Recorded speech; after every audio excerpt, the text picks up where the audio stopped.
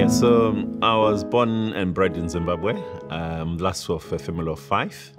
I wouldn't consider my family to be Christian, but I had times in my life where I was involved in Christian events, like at school. Part of assembly was like Christian. We used to sing Christian songs, we used to pray, and also Scripture Union became part of the schools in Zimbabwe. And yeah, over the years, I did believe on and off. And at uni, that's when I actually gave my life to Christ in 1998. One of the things that I liked being in a community is that you've got opportunity to get to know people. Obviously, on a Sunday service, you've got 90 minutes of praise worship, and people start walking away to various things. But in the community, you've got time to get to know individuals, get to know who people are, and you share life, what's happening in your life at work, in families, and you pray for each other. And the most important thing is you start, building those relationships, because I believe that Christ has called us to be family. He says you were once aliens and strangers, but now you are children of the Most High God. You are part of the household of God. And in that, it means that we, all the barriers that we have experienced in the world, whether it's race, whether it's culture, or any other barriers that we can put on ourselves, are actually broken when you are actually doing life together.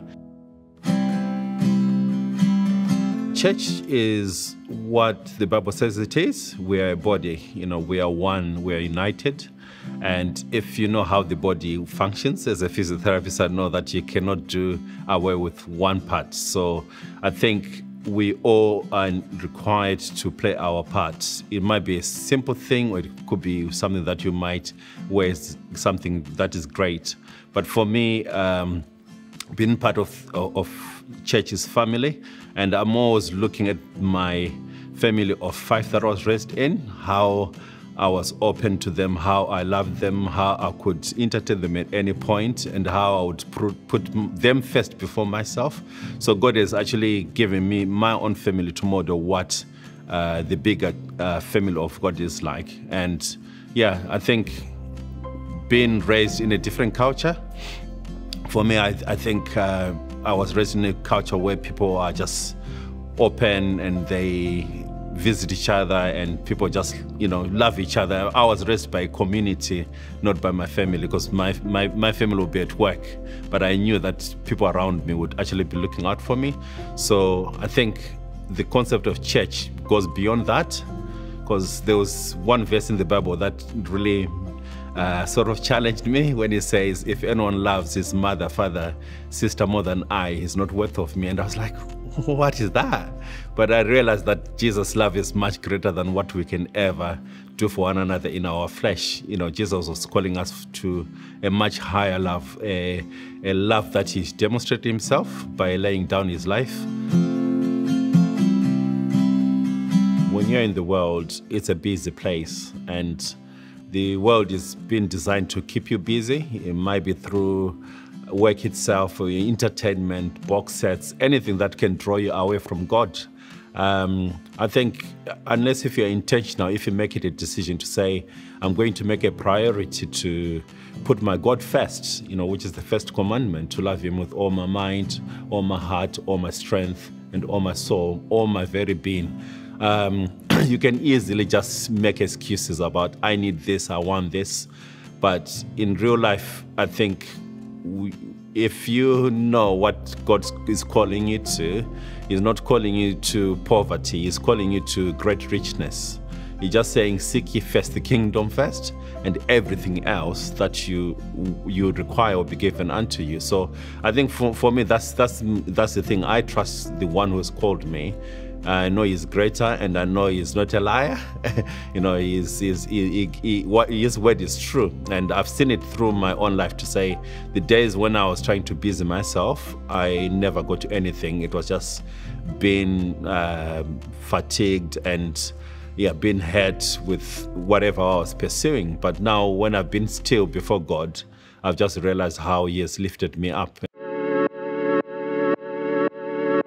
One of the things that I know in terms of mission is, he says, people will know that you are mine by the way you love one another. And it's that type of love that people will be in awe to say, how come these people are from different walks of life, different cultural backgrounds? Why are they so much in love with each other? Why are they so, united in purpose? Why are they so caring for one another? And we have to be having the whole fruit of the Spirit. So you have to have the joy, you have to have the long suffering, because there's not going to be just the good things. You might have to have the grace to love one another and spare each other to good work depending on different seasons. And yeah, I believe that the family is a place where you can just develop and be yourself. You start as a child, and at one point you're required to be mature enough, and hopefully, the family will grow in that way. For me, community becomes something that I know I need, because we don't need God one day of the week. We need God every day of the week. So I believe that we need to live life of holiness on a day-to-day basis. And the only way I can do that is when I'm working with my brothers and sisters and in community. And you get reminded of who God is through other people's stories and testimonies.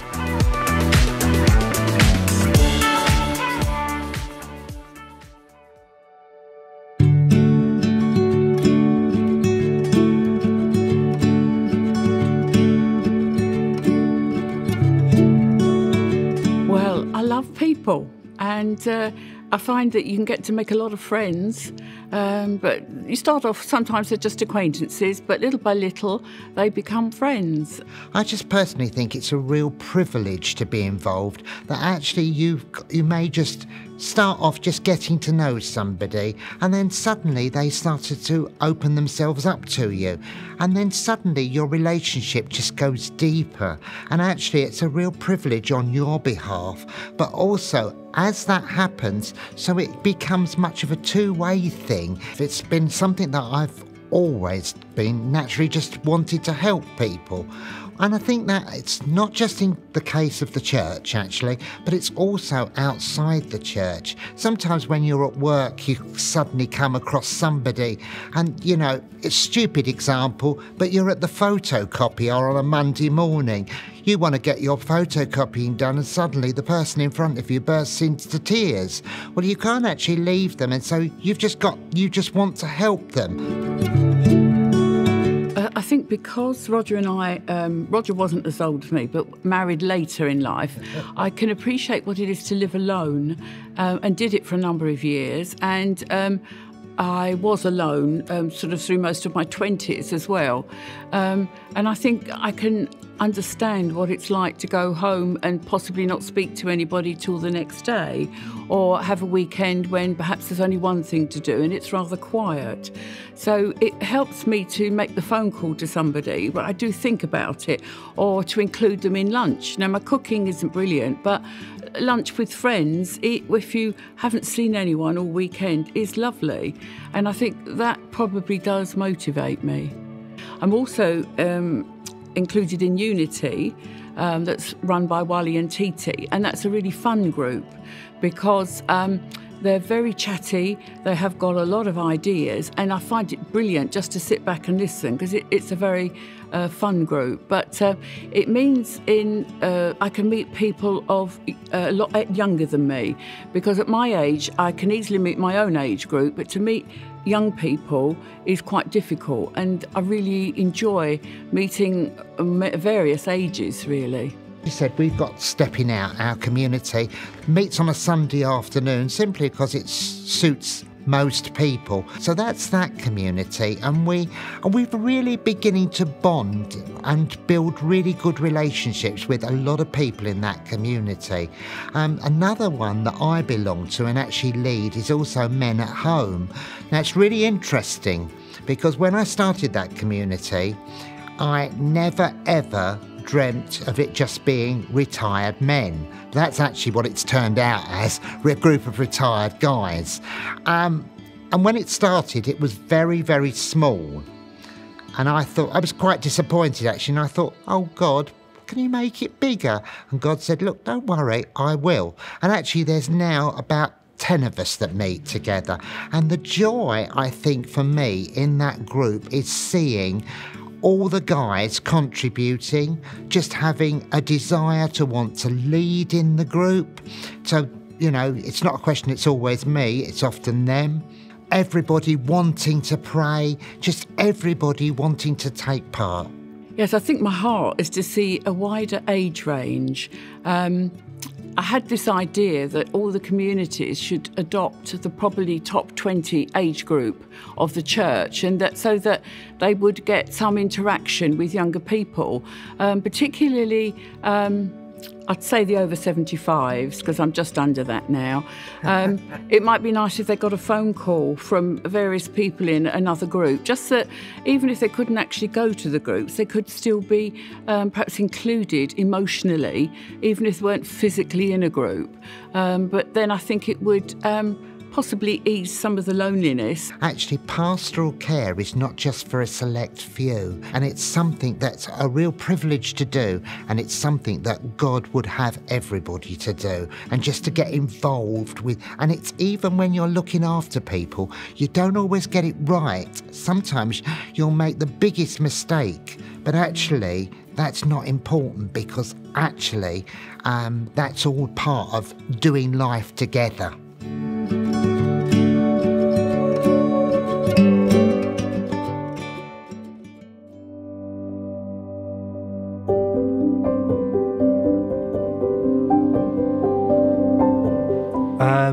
When my mum went to hospital in 2002 with an eating disorder, yeah, they looked after my mum there. Me and my dad went to visit her 2 or 3 times a week, after school even, as well as weekends. Then sadly her condition got worse, so she was moved to a hospital over in Beckenham. I remember me and my dad going in the ambulance with my mum over there, and that was like 2003 at some point. She was there for like 4 years, had her own room there of course, being fed like 3 meals a day, but sadly she wasn't putting on any weight. Sadly my mum never did put on weight again, never did, and sadly she ended up dying there September 2007.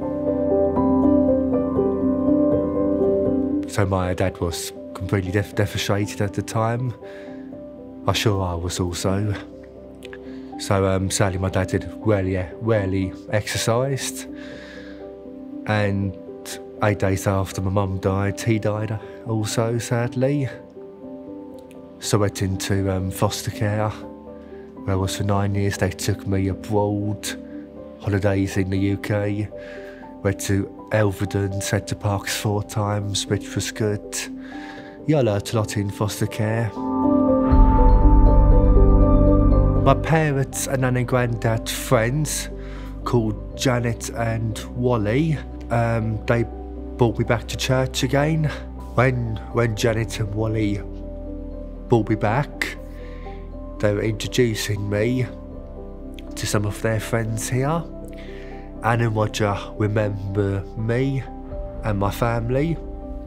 I started coming back to the morning sessions, and then within a few weeks I started coming to the evening sessions. And it was amazing to be back here, because I was told back in the 90s my parents, nan and granddad, were baptised here. I followed the same footsteps as they did, because in the January of 2018 I was baptised here. I started going to the pub with the evening group and had really good conversations there. That God created the whole world in 6 days. Just seems incredible how Jesus died on the cross, how Jesus lived on earth for 33 years, that he never sinned in his life, was always perfect. The best part about church is learning more about God, knowing what God does, picking up a Bible, reading as much information about God, getting baptised, making friends at church, having brothers and sisters, being part of the host team, joining communities, and telling non-Christian friends who God is. Loving your neighbour as yourself.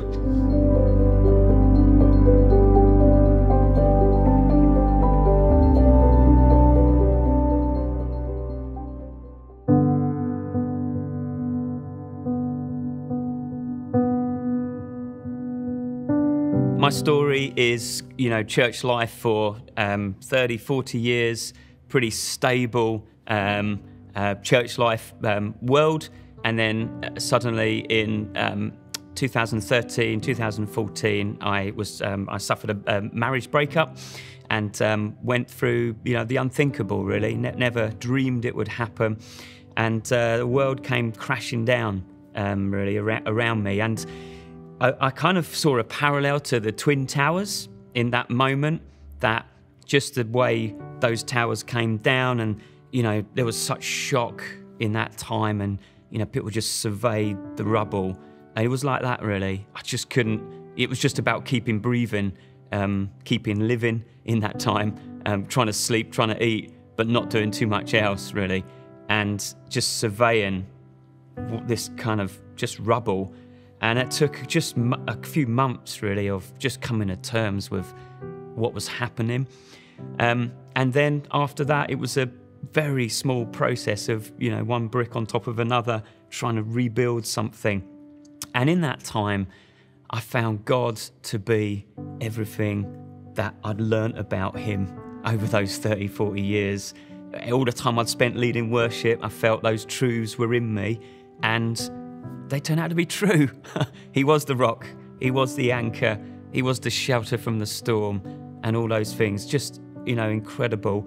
And also, I found the church was everything I dreamed it would have been. I know not everyone would have had that experience, but for me, church was absolute lifeline, where I'd spent years giving out and being part of serving and helping people. Suddenly it all came back to me. I was the one being helped and needing to be helped. Though I wouldn't wish it upon anyone, the gift of God through the church to me will be something I will always live with in such a real way now. So something else that really came through in that time was the diversity of the help, really. That in the church, we're all different, we all have different giftings. And, I experienced many of those different kinds of people helping me. There was the financial guy who we sat down with a spreadsheet and went through the nitty-gritty of some finances to sort out. There was, the church leaders moment where you sit down and it's like the heaviest of conversations.